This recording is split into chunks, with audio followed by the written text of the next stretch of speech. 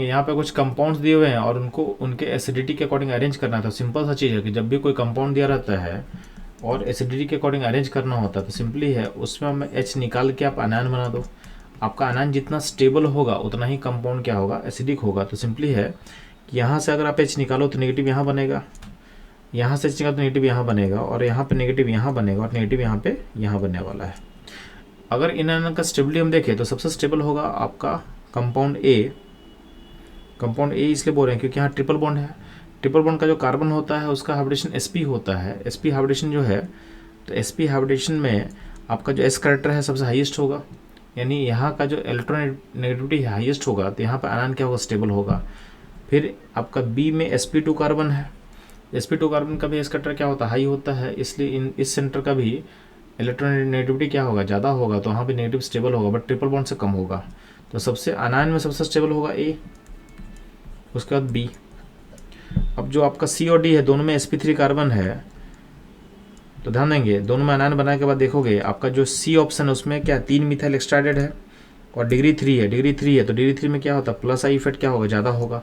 अब plus I effect से ion क्या होता है, अनस्टेबल होता है। जब आयन अनस्टेबल होगा तो क्या होगा, यहाँ का एच निकालना मुश्किल होगा, यानी इसका एसिडिटी क्या होगा, डी से ही पीछे जाएगा। तो आपका नॉन स्टेबिलिटी में फिर क्या होगा, बी के बाद होगा डी, डी के बाद होगा सी, और यही ऑर्डर फॉलो करेगा एसिडिटी का। तो एसिडिटी का भी सेम ऑर्डर फॉलो करेगा जो फॉलो करेगा आयन स्टेबिलिटी का। ठीक है, तो आपका जो ऑप्शन मैच करेगा हमारे सॉल्यूशन के साथ, सबसे हाईएस्ट एसिडिटी क्या होगा, ए बी डी सी, यानी थर्ड ऑप्शन हमारा क्या होगा, करेक्ट होगा। तो बच्चों ये था इस क्वेश्चन का सॉल्यूशन। मूव करता हूँ नेक्स्ट क्वेश्चन। यहाँ पे इस क्वेश्चन में आपके सामने दो लिस्ट है। लिस्ट 1 में कुछ आपके सामने कंपाउंड्स है जिसमें अल्कोहल है और फिनोल सिस्टम है, और राइट में उनका पीके वैल्यू दिया होता है। ध्यान देना, जो कंपाउंड ज़्यादा एसिडिक होगा तो एसिडिटी और पीके में रिलेशन क्या होता है, तो एसिडिटी एंड पीके में रिलेशन होता है इन्वर्सली प्रोपोर्शन। तो जो ज़्यादा एसिडिक होगा उसका पीके लो होगा। तो सारे कंपाउंड का हम लोग एसिडिटी अरेंज कर लेंगे, जिसका एसिडिटी हाई होगा उसका पीके वैल्यू क्या होगा, लो होगा। तो ध्यान देंगे इथानॉल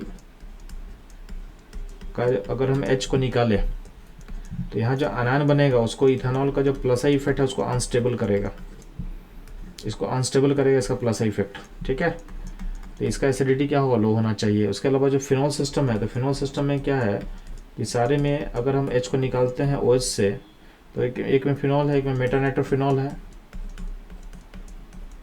और एक में आपके पास है पारानाइट्रोफिनॉल है। तो इन सारे केसेस में कहीं ना कहीं जब आप OH पोजीशन से H को निकालते हो, यानी यहाँ पे जब आयन बनेगा तो ये आयन रिंग में रेजोनेंस कर सकता है हर जगह पे, तो इस आयन को स्टेबिलिटी मिलेगा। तो इसमें क्या होता है कि फिनॉल सिस्टम का कोई भी कंपाउंड अल्कोहल से तो ज़्यादा एसिडिक होगा, यानी इथानॉल इनमें लेस एसिडिक होगा।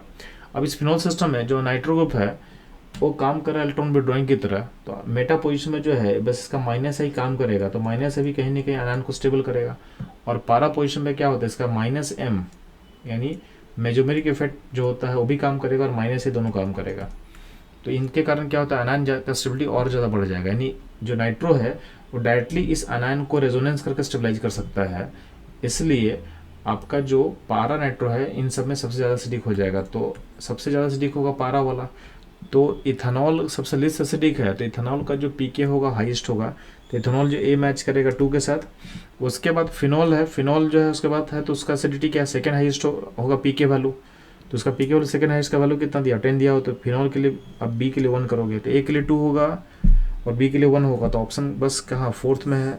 सी के लिए क्या होगा, सी के लिए आपका 4 होगा और डी के लिए 3 होगा।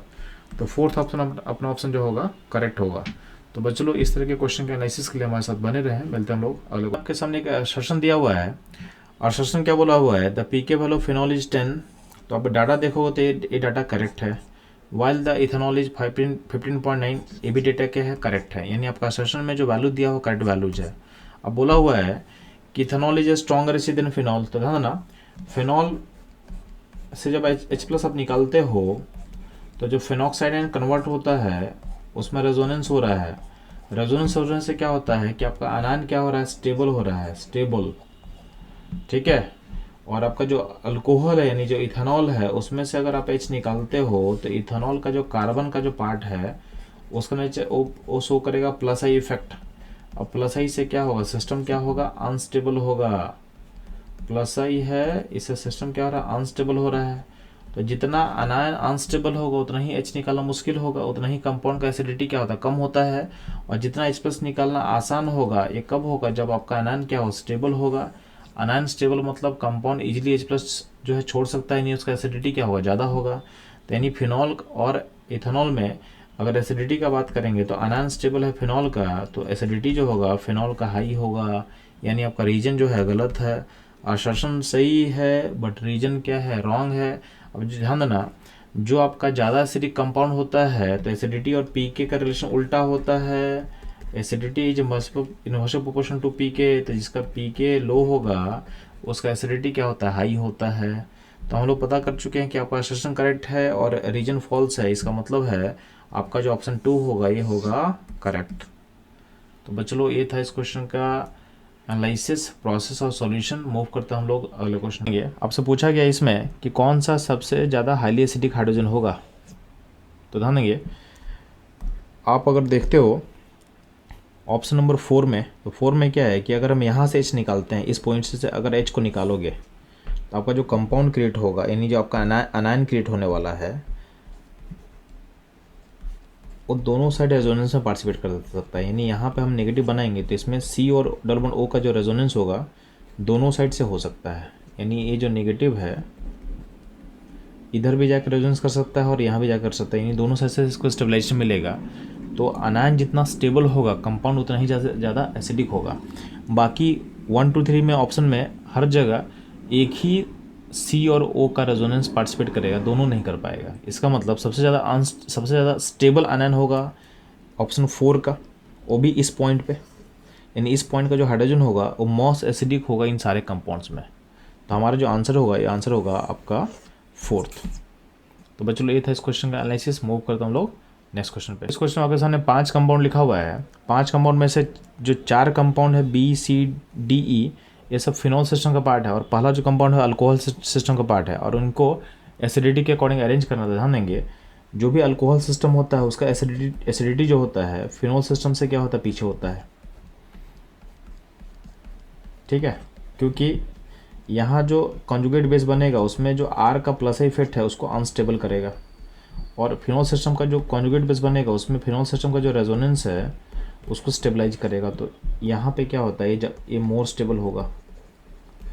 तो phenol system is more acidic then alcohol, इसका मतलब आपका जो ऑप्शन ए होगा उसका एसिडिटी लिस्ट होने वाला है। तो एक एसिडिटी लिस्ट कहाँ पे है, सबसे कम कहाँ पे है, 2 और 3 में। अब हम लोग B, C, D, U को अरेंज करेंगे तो फिनॉल सिस्टम में जितना आपका इलेक्ट्रॉन विड्रॉइंग ग्रुप यानी -M ग्रुप अटैच करोगे, -M या -R बोल सकते हो आप, तो जितना आप इलेक्ट्रॉन विड्रॉइंग ग्रुप अटैच करोगे उतना ही उसका एसिडिटी क्या होता है, बढ़ता है। तो फिनॉल सिस्टम में अगर हम बात करते हैं तो -M या -R ग्रुप का सबसे ज़्यादा एसिडिक करेगा। फिर क्या होगा, -I इफेक्ट देखना हमारे को है।